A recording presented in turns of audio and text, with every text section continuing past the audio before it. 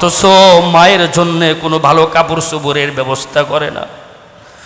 সাইয়্যিদানা মূসা কালিমুল্লাহ আলাইহিস সালাতু ওয়াস সালাম দেখতেছেন ওই বৃদ্ধ মাকে কোলের ভিতর উঠাইলেন, এরপরে নিজ হাতে রান্না করা গোশতের টুকরো আস্তে আস্তে মাকে খাওয়াইলেন। রুটি আস্তে আস্তে অল্প করে ছিঁড়ে আর গোশতের টুকরা নিয়ে নিয়ে মাকে খাওয়াইতেছেন।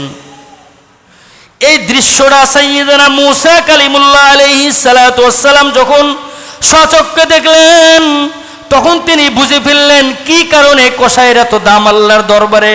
সুবহানাল্লাহ সিল্লা বলেন। কি পরিমাণ মায়ের সেবা তারা করছেন। মায়ের সেবা করতে করতে জান্নাতে একজন জামানার শ্রেষ্ঠ নবীর বন্ধু হয়ে গেছেন।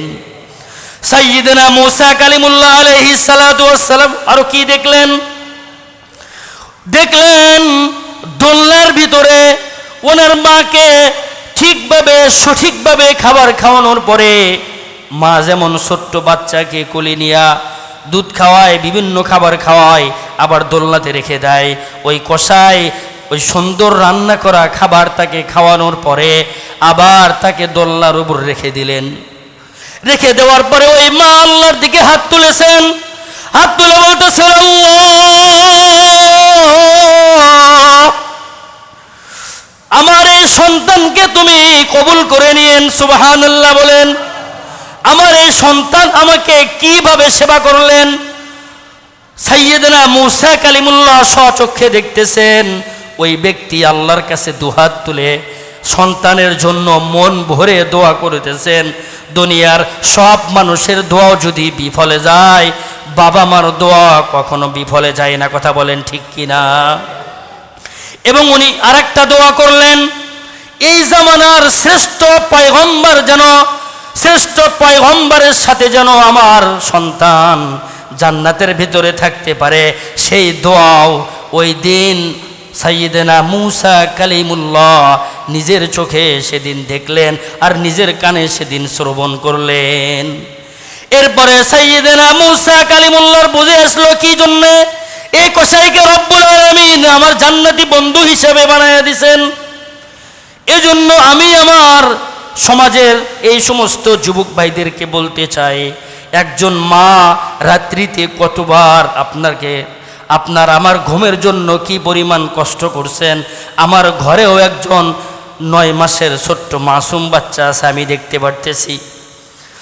আমি আর আপনি একটা রাত্রিতে কতবার মাকে কষ্ট দিছি, কতবার মা আমার আপনার বিছানা পরিত্যাগ করে দিছে, আবার কিছুক্ষণ পরে পরে চেক করে দিছে আমার সন্তান পেশাব করছে নাকি, পায়খানা করছে নাকি।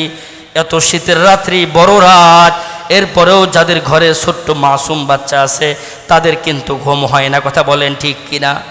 এই মা কত কষ্ট করছে। ঈদের ভিতরে আমার আপনার জন্য নতুন জামা কাপড়ের ব্যবস্থা করে দিছে, কিন্তু সে নিজে সেরা কাপড় চোপড় পরছে। কথা বলেন ঠিক কিনা? এই জন্য আমি আজকের বয়ান থেকে আমি আমার যুবক ভাইদেরকে বলতে চাই, আমাদের যাদের ঘরে এরকম বৃদ্ধ বাবা মা আছে অথবা একজন মারা গেছে একজন বেঁচে আছে, আমরা তাদের কলিজা দিয়ে মোহাব্বত করব। ইনশাল্লাহ করব তো সবাই দুহাত তুলে আল্লাহকে দেখান। রব্বুল আলামিন, আমরা যারা আপনার দিকে হাত তুলিয়েছি আমরা আজকে থেকে মায়ের সেবা করব, সবাই বলেন ইনশাআল্লাহ। আজকে থেকে আমরা বাবার সেবা করব, সবাই বলেন ইনশাআল্লাহ। আল্লাহ তাআলা আমাদের সবাইকে আমাদের বাকি জীবনটুকু বাবা মায়ের খেদমত করে আমাদের এ জীবন পাড়ি দিয়ে পরকালের জন্য জান্নাতে যাওয়ার তৌফিক দান করুন। সকলেই বলুন আমিন। ওয়া আখির দাওয়ানা আলহামদুলিল্লাহি রাব্বিল আলামিন। আসসালামু আলাইকুম ওয়া রাহমাতুল্লাহি ওয়া বারাকাতুহু।